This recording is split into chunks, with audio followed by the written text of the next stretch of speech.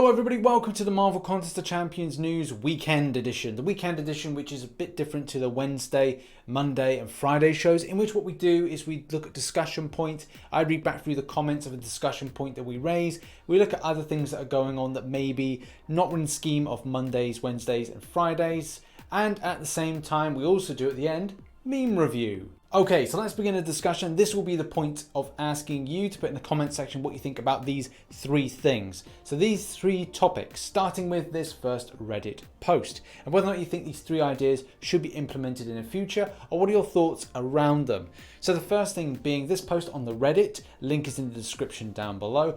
And the question is, should you get more ISO from duping 5 stars and 6 stars over 4 stars? Because at the moment I believe it's the same, it's not substantial, and you kind of think, well, as we're doing these scaling of different rarities of starage, then should we get more ISO back for duping these characters? Mainly a lot of people are saying that this is a positive idea and will be good to see. Also, someone said that maybe the idea of getting things like tier 2 alpha out of them, I think that may be a bit too excessive for what Kabam could realistically give back to us. I think ISO would be more realistic, that we'd actually get more of that back if they were to change something like this.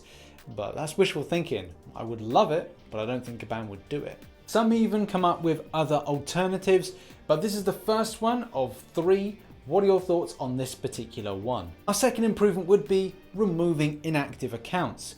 There are genuinely people that are just inactive. They started playing the game and like, do you know what, this game is not for me, and decided not to continue it further. I'm still umming and ahhing whether or not I could be bothered to do a new account. I kind of feel that the other time would be better invested in just playing another game. Having one sole game as the kind of sole focus is, you know, at times does allow you not to kind of consider other things. It becomes very complex. Sometimes you need to just drown yourself out with something else, and that's why I've had the second channel with doing other games, which I'm going to be increasing the stuff that I'm covering, and also on this main channel as well.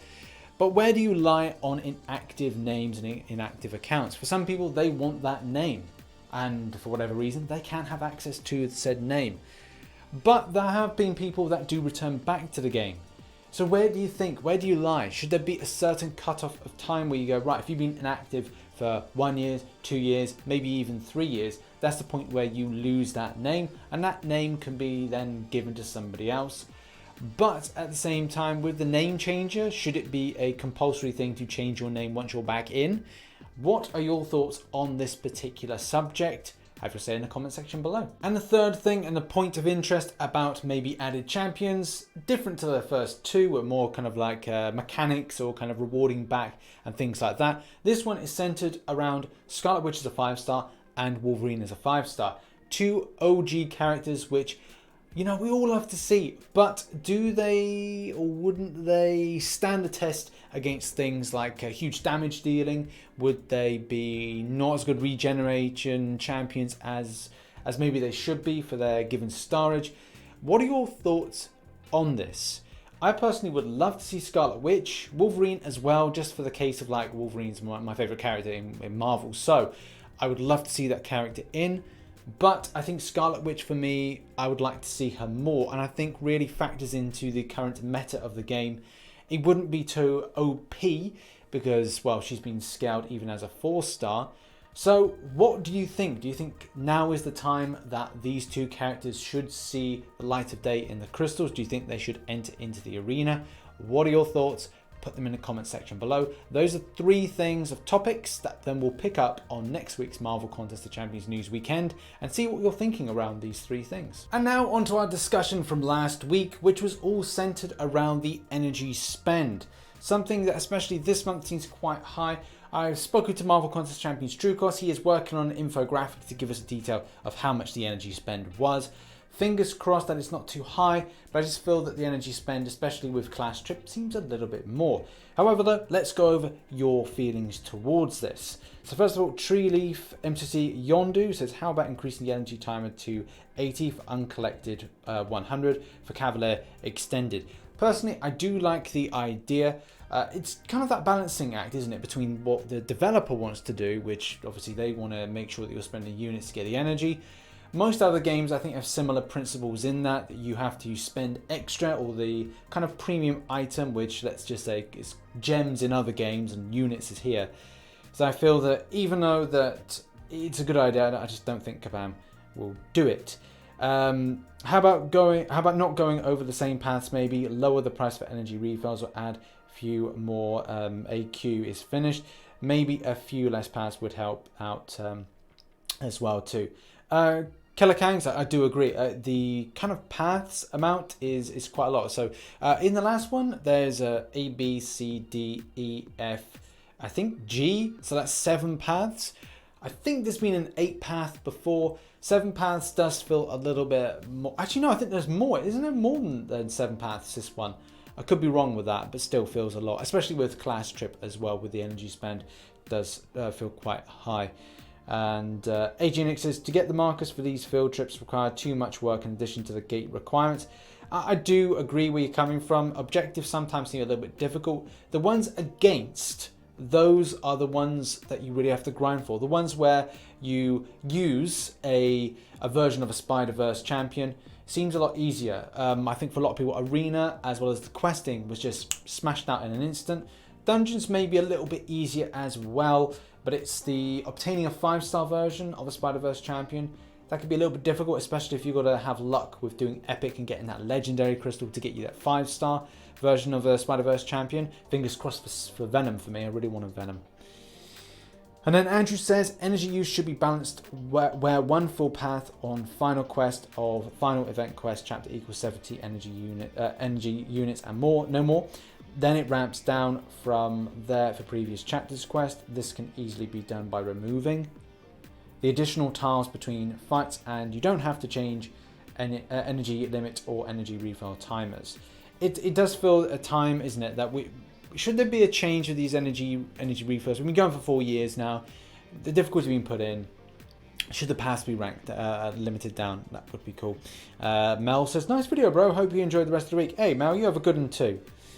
And then we're up with AD says, with the amount of side quests we get now, along with event quest and permanent content, I think they should make the side quest energy free, or they could put energy bundles in the feature store like they have done in the past. Say get 10 refills for 200 units instead of 300 it would usually cost. Not unreasonable in my opinion. Nice vid as always, Rich. Hey, cheers, AD. And I do agree. I'd love to see that deal. They've been churning out those unit deals every start of every month.